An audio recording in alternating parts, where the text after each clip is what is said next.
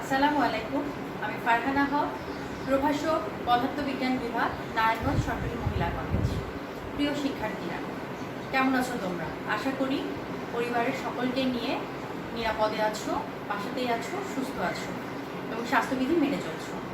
তোমরা দেখতেই পাচ্ছ দিন দিন আমাদের দেশের কোভিড-19 আক্রান্তের সংখ্যা বেড়েই চলছে এবং এরই মধ্যে অনেকেই বাইরে আসা যাওয়া শুরু করেছে শপিং পারপাসে। আশা করব তোমরা শপিং পারপাসে বাইরে যাওয়া আসা থেকে বিরত থাকবে এবং বাসাতেই থাকবে। গতদিন আমরা পড়েছিলাম সমবিভব তল এবং চার্জিত গোলকের পরিবাহী গোলকের তড়িৎ বিভব। আজকে আমরা দেখব তড়িৎ দ্বিমেরু, তড়িৎ দ্বিমেরু ভ্রামক, তড়িৎ দ্বিমেরুর জন্য কোনো বিন্দুতে বিভব। আচ্ছা, প্রথমেই আমরা যাব তড়িৎ দ্বিমেরু। তড়িৎ দ্বিমেরু হলো দুটি সমান কিন্তু বিপরীতমুখী চার্জ। যেমন এখানে ধরলাম আমি plus Q charge minus Q charge. Charge হচ্ছে সমান কিন্তু তার বিপরীতমুখী। তোমাদের সুবিধার জন্য আমি এখানে আরেকবার চিত্রটা আঁকছি।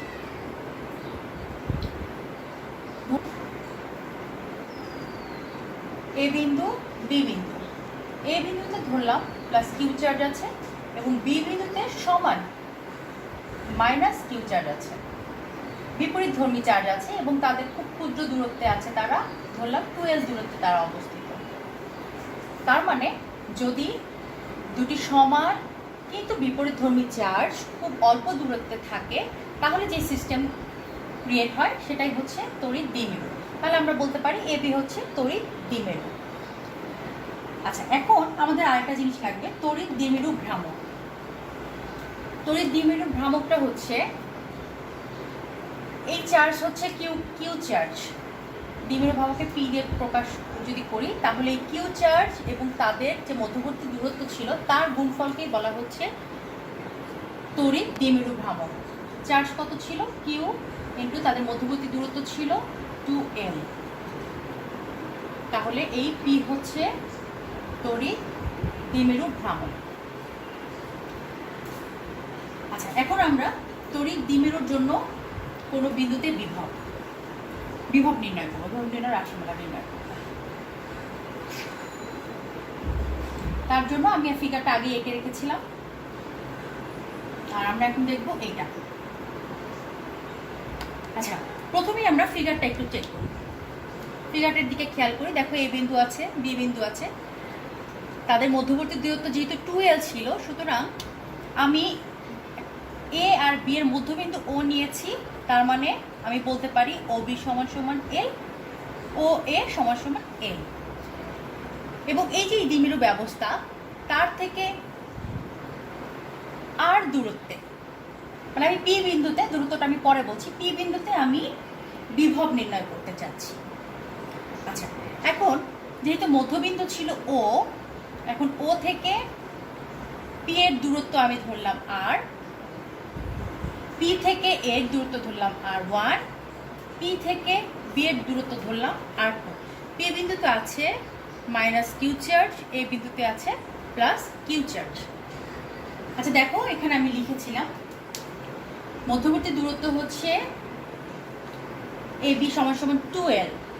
তার মানে যদি ও বিন্দু হচ্ছে মধ্যবিন্দু হয় তাহলে এই যে বলতে পারি ও এ সমান সমান ও বি সমান সমান এল। এখন দেখো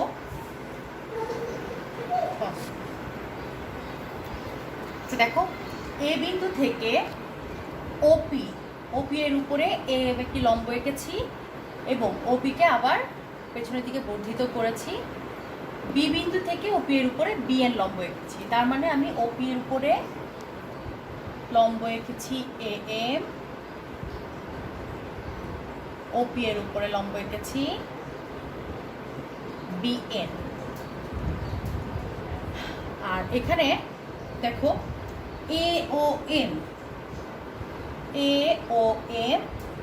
থিটা ধরলাম সমান সমান বিওএম, এই অংশটাও থিটা। দুটা সমান এই জন্য যে তারা বিপরীত কোণ। আচ্ছা, তারপরে দেখো এখানে লিখেছি OM সমান সমান ON is equal to L cos theta. আচ্ছা, এই জিনিসটা কিভাবে আসলো? এই জিনিসটা আসলো, দেখো যেহেতু এখানে লম্ব এঁকেছি, তাহলে এই ত্রিভুজটা AOM, এই ত্রিভুজটা একটা সমকোণী ত্রিভুজ হবে। সমকোণী ত্রিভুজ হলে আমরা এখানে কি কি লিখতে পারি? OM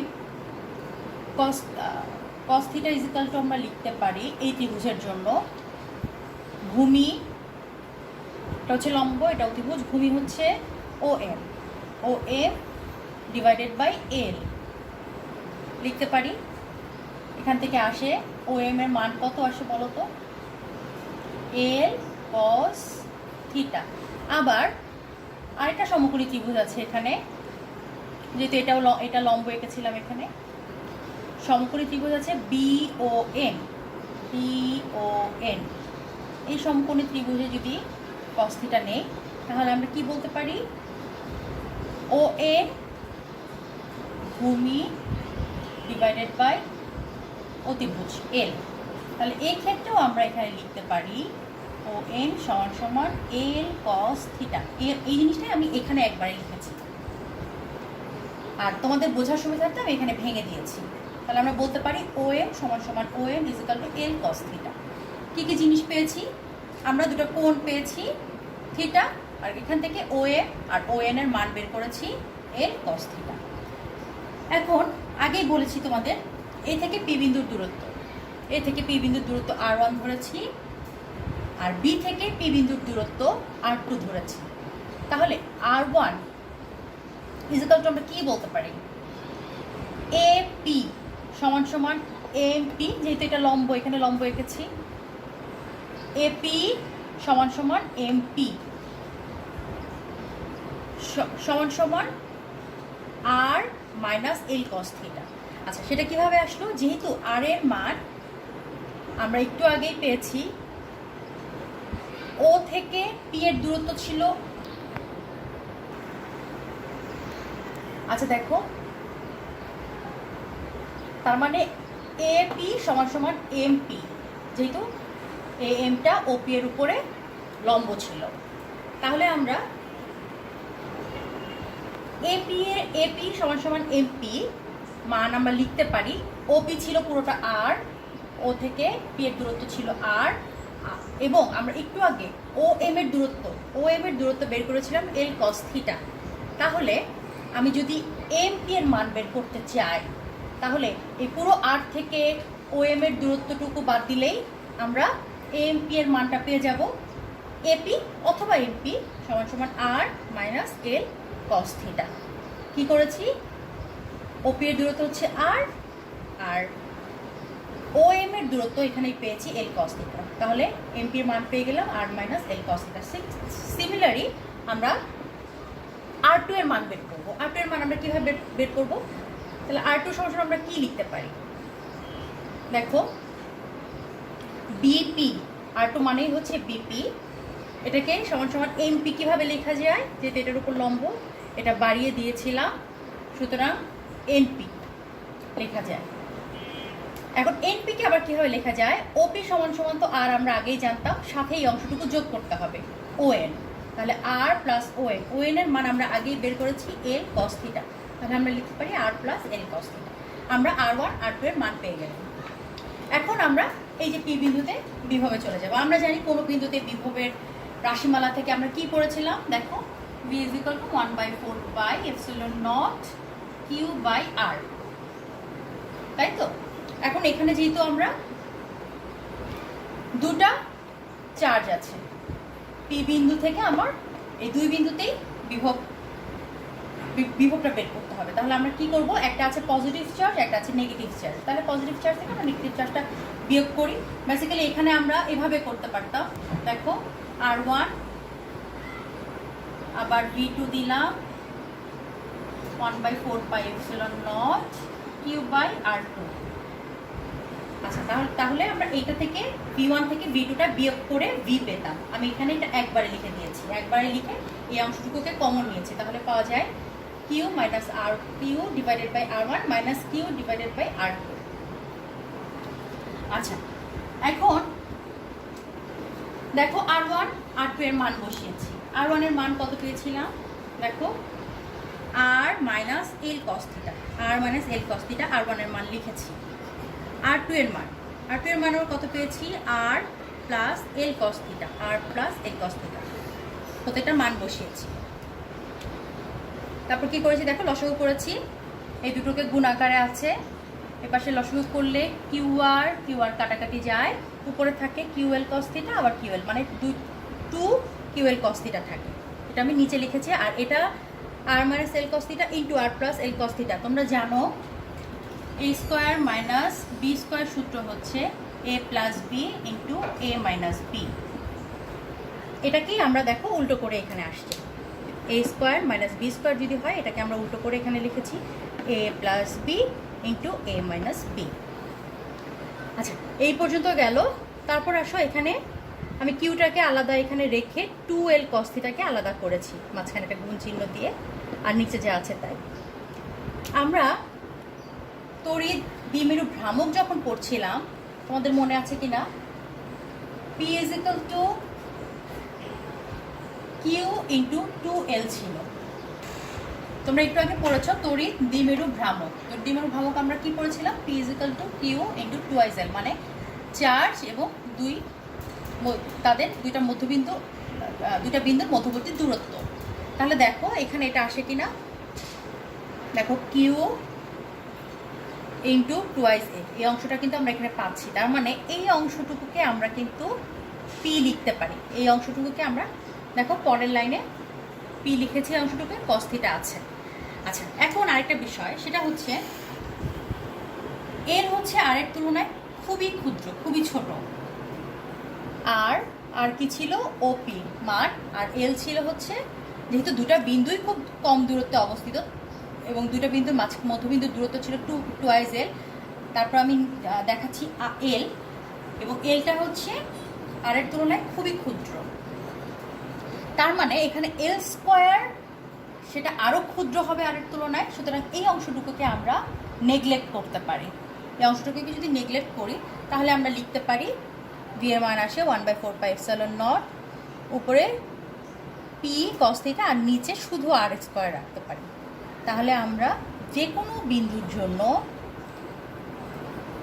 বিভব পেয়ে গেলাম। তাহলে এই অংশটা হচ্ছে তড়িৎ দ্বিমেরুর জন্য, তড়িৎ দ্বিমেরুর জন্য যে কোনো বিন্দুর বিভব, বিভবের রাশিমালা হচ্ছে v = 1/4πε0 p cos theta /r²। এখন এই p বিন্দুটা যদি এ বি অক্ষের উপরে হয়, এই বি অক্ষের যে কোনো জায়গায় হয়, এখানে হতে পারে, এখানে হতে পারে, এখানে হতে পারে বি বিন্দুটা, তাহলে কি এই কোণটা সৃষ্টি হবে, থিটা কোণটা সৃষ্টি হবে? তাহলে তো থিটার মানটা 0 যদি এ বি অক্ষের উপরে হয়। তাহলে থিটা = যদি 0 হয়, তাহলে আমরা এখানে মান বসাই, cos থিটা 0, আমরা জানি cos থিটার মান 1, তাহলে আমরা লিখতে পারি v = 1/4πε0 p /r²। আবার এই পি বিন্দুটা যদি লম্ব দ্বিখণ্ডকের উপর হয়, মানে এখানে ও থেকে আমি একটা লম্ব টানলাম, এই বিন্দুতে যদি হয়, পি বিন্দু অবস্থিত হয়, সেক্ষেত্রে তাহলে থিটার মান কত আসবে, আমার থিটার মান আসবে 90 ডিগ্রি। তাহলে আমরা এখানে লিখতে পারি পি বিন্দু যদি এ বি লম্ব দ্বিখণ্ডকের উপর হয়, তাহলে থিটা = 90 ডিগ্রি। সেই ক্ষেত্রে cos 90 মান আমরা জানি 0, তাহলে এই পুরো অংশটাই 0 হয়ে যায়, বিভবও 0 হয়ে যায়। তাহলে আমরা কি কি দেখলাম, আমরা দেখলাম তড়িৎ দ্বিমেরুর জন্য যে কোনো বিন্দুর বিভবের রাশিমালা হচ্ছে v = 1/4πε0 p cos theta /r²। যদি এ বি অক্ষের উপরে হয় তাহলে থিটা = 0 হবে, মান আসে v = 1/4πε0 p /r²। আর যদি থিটার মান 90 হয় তাহলে v আসে 0। আজকে আমরা একটা ছোট একটা টপিক দেখবো, দেখে আজকে লেকচার শেষ করব। এখনকার টপিকটা হচ্ছে তড়িৎ বিভব ও তড়িৎ প্রাবল্যের মধ্যে একটা সম্পর্ক। আচ্ছা, আমরা জানি +q পরিমাণ চার্জ থেকে r দূরত্বের কোনো বিন্দুতে তড়িৎ বিভবের রাশিমালা 1/4πε0 q/r। এই সমীকরণকে যদি আর এর সাপেক্ষে ব্যবকলন করি তাহলে পাবো হচ্ছে, দেখো লিখি 1/4πε0 q/r। আচ্ছা, এটাকে ব্যবকলন করলে কি আসে? কনস্ট্যান্ট হচ্ছে 1/4πε0 q, এই অংশটুকু কনস্ট্যান্ট, শুধু আর এর সাপেক্ষে যেহেতু ব্যবকলন করছি তাহলে আমি পাবো 1/4πε0 q ডিভাইডেড 1/4πε0 1/r²। এটা কিভাবে আসলো তোমরা জানো, ব্যবকলনের সূত্রে d/dr কে যদি 1/r এই অংশটুকু যদি করি তাহলে এটাকে আমরা লিখতে পারি, দেখো এইভাবে লেখা যায়। সূত্র কি ছিল? x⁴n এর সূত্র কি ছিল? d/dx n x⁴n-1। তাহলে এটা যদি n হয় তাহলে এখানে লিখতে পারি n n-n, তারপরে -1কে মাইনাসে লেখা যায়, আর আর এর উপরে পাওয়ার আসে -2। তাহলে এইটুকুকে আবার লেখা যায় হচ্ছে -1/r²। এভাবে আমরা লিখতে পারি। এখানে আমি একবারে লিখে দিয়েছি। এটা কীভাবে লেখা যায়? 1/4πε0 q/r²। আবার এই অংশটুকু আমরা জানি তড়িৎ প্রাবল্যের রাশিমালা, তাহলে এখানে আমরা লিখতে পারি -e। সুতরাং ফাইনালি আমরা লিখতে পারি e সমান সমান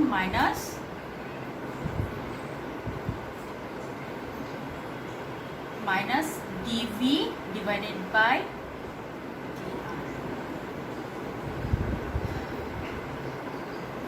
তার মানে আমরা বলতে পারি দূরত্বর সাথে সাথে তড়িৎ বিভব হ্রাস পায়। আর এই প্রাবল্যটা হচ্ছে এই যে বিন্দুতে আমি বিভব পেয়েছিলাম সেই বিন্দুর প্রাবল্য। তো শিক্ষার্থীরা আজকে এই পর্যন্তই থাক। আশা করি বাসায় পড়াশোনা করবে, লেকচারগুলো ফলো করবে এবং ভালো থাকবে। সবাইকে ঈদ মোবারক।